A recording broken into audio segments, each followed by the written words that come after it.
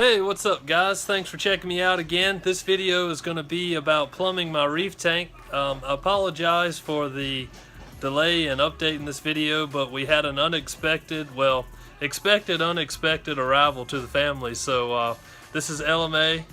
Nice to meet you guys. So anyway, let's get to it. What I'm doing here is I'm plumbing my drain lines out from the main display tank going down to my sump. And the type of couplings I'm using here are called repair couplings or dresser fittings or dresser couplings. We all call them dresser couplings, but in the hardware store they're called repair couplings. And they work really nice because they don't require glue. They've actually got a rubber gasket inside. And these may leak, but if you get it just right, it will not leak. And this is just a drain. It's not going to be holding any pressure, so it's not going to be that difficult at all to make it so it doesn't leak. Okay, so what I want you guys to see real quickly is how these dresser couplings come together. So what I've done is I've taken this one off, taken the nut off, and there's a rubber gasket inside. So take that off, and you don't need to put anything on this end of the pipe. You just need to cut it the length you need and install this rubber gasket. Install your nut first and then your rubber gasket on top of that, and slide it down a little bit, and then put it inside of the dresser coupling, and then just screw it on. This is all Schedule 40.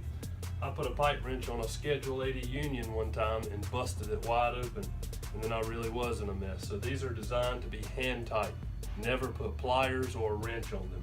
When plumbing your tank, you cannot have too many unions, and if you'll notice on my return line, I've got a union at the top, I've got a union down at the bottom, so if this valve ever gets stopped up or even anything up here gets stopped up, I can take this whole section out and blow some water through it, reverse the flow. Either way, I can perform maintenance on it. Another little trick that I like to do is I will face my unions opposite from one another so I can't confuse them.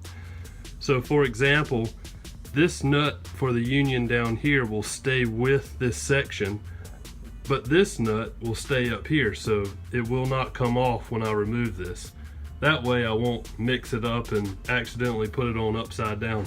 I recommend gluing and cleaning your pipes outside because the fumes inside the house will get really toxic, so you don't want to be breathing this stuff. So another important note when gluing unions is when you put the glue on them, be sure that you don't let any glue run up around the rubber gasket or even the other side where it's flat, where that rubber gasket meets. So when you glue them together, be sure to keep that union up when you set it down on that joint of pipe that you're gluing it on. Another point worth noting during the plumbing section of your tank is which side the union is on. So which side is this free swinging nut going to be on? Is it going to be left on the part that's stubbed in permanently, or is it going to come off with the section that you want to take off to clean? I typically like to take it off, and it also depends on which way it's hanging. Is this nut going to be up? I usually don't like to put that nut like that because it's harder to pick it up, especially if it's in a tight place. If you can always position that nut down so gravity's pulling it down, it's going to work a whole lot better for you. I recommend dry fitting all of your pieces before you glue them, and this is best done by using just regular fittings with no glue or anything. But once you get them the way you want them just right, take a permanent marker and mark them so when you take them apart you can realign them just right. So I'm just going to put a mark here and a mark here, so when I line them up, when I actually glue it, it's going to come together just the way I want it to. Now for my primary drain line, that's this one right here, I've got it going down. This is a union, a dresser coupling, so I can take that apart at any time if I need to, if anything becomes stopped up in it. But it comes down here, elbows over, and goes underneath the tank here. And I'm actually using a PVC gate valve so I can fine tune that siphon. It's very important that you use a gate valve and not a ball valve, because these are much better for fine tuning than a ball valve. But all I'm gonna do is try to heat this hose up with scalding hot water and shove this 1-inch pipe in there, because it's really similar outside diameter of this PVC pipe versus the inside diameter of this braided hose. And then it's just kind of a cheap way of getting around having to buy nipples to put this stuff together, and it's going to make a really nice seamless fit inside my aquarium. I recommend using a paper towel to grip this, because it's going to be wet and slippery and you're not going to be able to grip it at all. So just get a paper towel, put around it, and put your pipe in here. It's super flexible now that it's been heated up, so that's really nice. And then just put it on the counter and push it down. I don't want to go too far with this one, because this is going to go right into my refugium. So that should be good enough. See there? And when it cools off, it's going to be super tight up there, no leaks, and that just saved me about, I don't know, $1.50 for each side, and it saved me a ton of space. I'm heating the little flex hose for my main siphon, and I'm going to take you over there right now. I'm not going to glue this because I don't know if it's going to work. And this is my main siphon.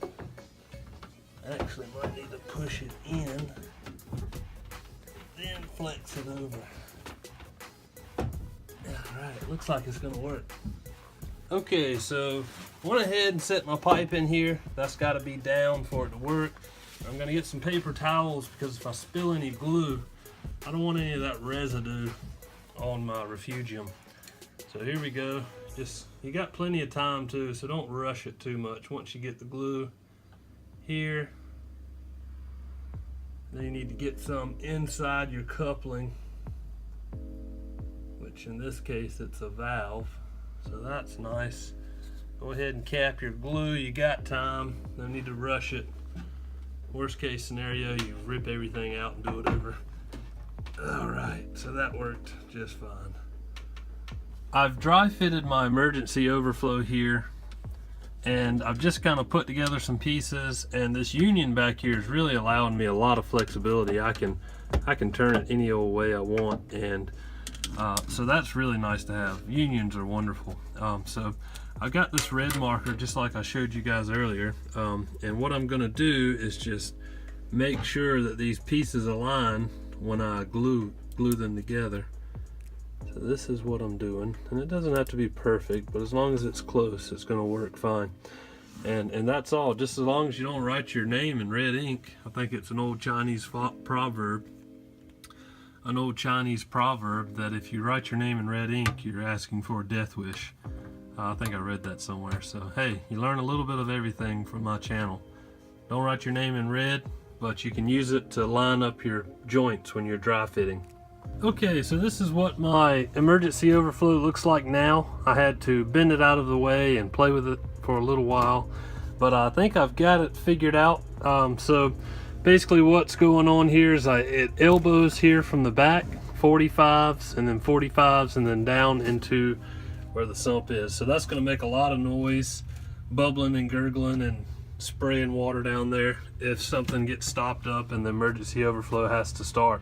So now I'm gonna start putting in the Durso line, and this is kind of the best way I could fit it. And I always want to put my valve that I tune the siphon with as far down as I can, so everything above that valve is going to be full of water, and that's going to reduce a lot of noise. Okay, so now I've got the Durso line strapped to the ceiling. I just used some little thin strips of vinyl. We replaced our kitchen floor, I don't know, about 8 months ago, and I still had a strip of vinyl from that kitchen floor, and I rolled it over, and it actually looks pretty neat. And I just took my stapler and stapled it right up there, and I've got plenty of it, so if I ever need more or want to add another piece over here somewhere where it might be sagging, I can clip it up there. Alright, so now this is for my return line. This is actually 3/4 inch braided hose, and this union piece goes right on top of the check valve, that you guys saw in the last video. I'm not sure if you guys have been following me, but those of you that have, you know what that Vectra looks like. Maybe I can pan over and show you what I'm working with down here. So there's the pump in the bottom, there's the top of the check valve right here. Let me see if I can touch it. And that's what I'm working with. So that piece right there screws right into it. And I teed it off just in case I needed this as an auxiliary. I'm just going to leave this valve shut for now. But in case I want to run any GFO or carbon, maybe I can run it off that same pump. I know it's going to change a lot of the dynamics of the flow that's going into the tank, but I've got more than enough flow, so I'd like to have that auxiliary. Maybe I can use it as a self-cleaning sump system or something like that. And this actually goes back to the return line, which is right up there in the corner. Don't have a lot of light here, but that's where it goes. So I'm going to hook it up and then come back and talk a little bit more about it.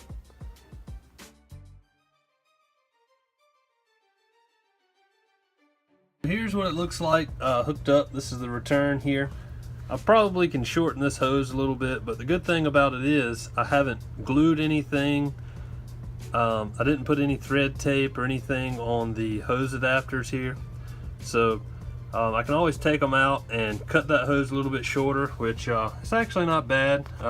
So I might leave it for now, run it for a while, and if it's not in the way, I'm just going to leave it. That's everything for this video. I appreciate you guys watching. On the next video, I'm going to be showing you how to set up the bean animal overflow system. So like and subscribe. Please keep up with me, and hopefully I'll keep bringing you guys good content. And until next time, I'll see you later. Bye.